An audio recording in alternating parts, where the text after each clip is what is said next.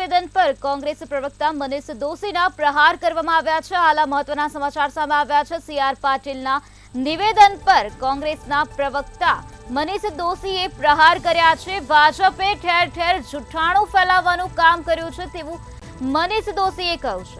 તો કોંગ્રેસ પડકાર ફેંક્યો, કહ્યું સાબિત કરીને બતાવો। 10 વર્ષનો ભાજપે હિસાબ આપવો જોઈએ તેવું મનીષ દોશીએ કહ્યું છે।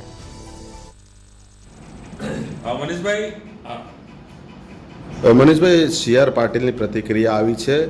લઘુમતીઓનો દેશની સંપત્તિ પર પ્રથમ હક હોવાનું તત્કાલીન પીએમ મનમોહન સિંહનું નિવેદન, તે મામલે તેમણે ટિપ્પણી કરી છે અને કર્ણાટકમાં લઘુમતીઓને જે અનામત આપવાની વાત છે તેનો પણ ભાજપ વિરોધ કરે છે અને કરતી રહેશે।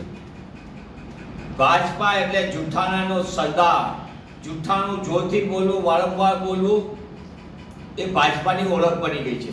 દેશના પ્રધાનમંત્રી પણ જૂઠું બોલે, ભાજપાના પ્રદેશ અધ્યક્ષ પણ જૂઠું બોલે અને આખી જૂઠની તાલીમ સાથે ઠેર ઠેર જૂઠાણા ફેલાવવાનું એક સુનિયોજિત રીતે ચાલી રહ્યું છે। જે વાત ડૉક્ટર મનમોહનસિંહજી જેવા વિશ્વ પ્રખ્યાત અર્થશાસ્ત્રી અને દેશને 10-10 વર્ષ સુધી જેમને નિષ્ઠાપૂર્વક પ્રમાણિકતાથી નેતૃત્વ આપ્યું એવા ડૉક્ટર મનમોહનસિંહ વિશે ભ્રમ ફેલાવવા માટે આ લાંબા સમયથી જૂઠાણું ચલાવવામાં આવે છે।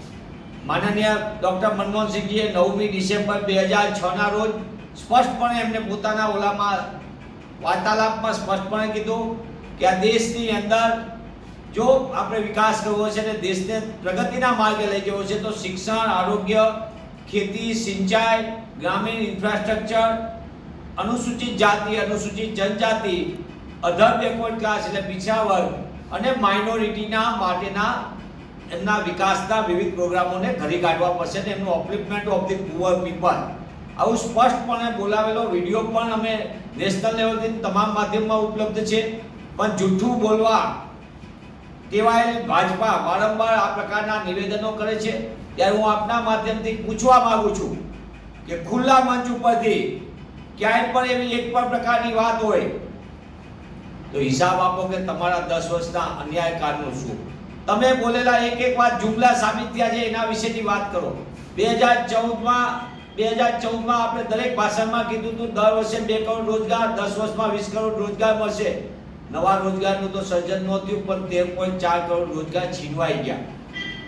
તમે ખેડૂતોની આવક બમણી કરવાનું જાહેરમાં કીધું હતું 2022 સુધીમાં, ખેડૂતની આવક અડધી થઈ ગઈ અને ખર્ચ બમણો થઈ ગયો। આ પણ ભાજપાની નીતિ છે। શું આ જુમલો હતો? દરેકના ખાતામાં 15-15 લાખ આવશે, કાળું ધન આવશે। કાળું ધન તો ન આવ્યું, 15-15 લાખ તો ન આવ્યા, પણ જે દેશનું સફેદ ધન હતું મહેનત કરતા લોકોનું એ વિદેશમાં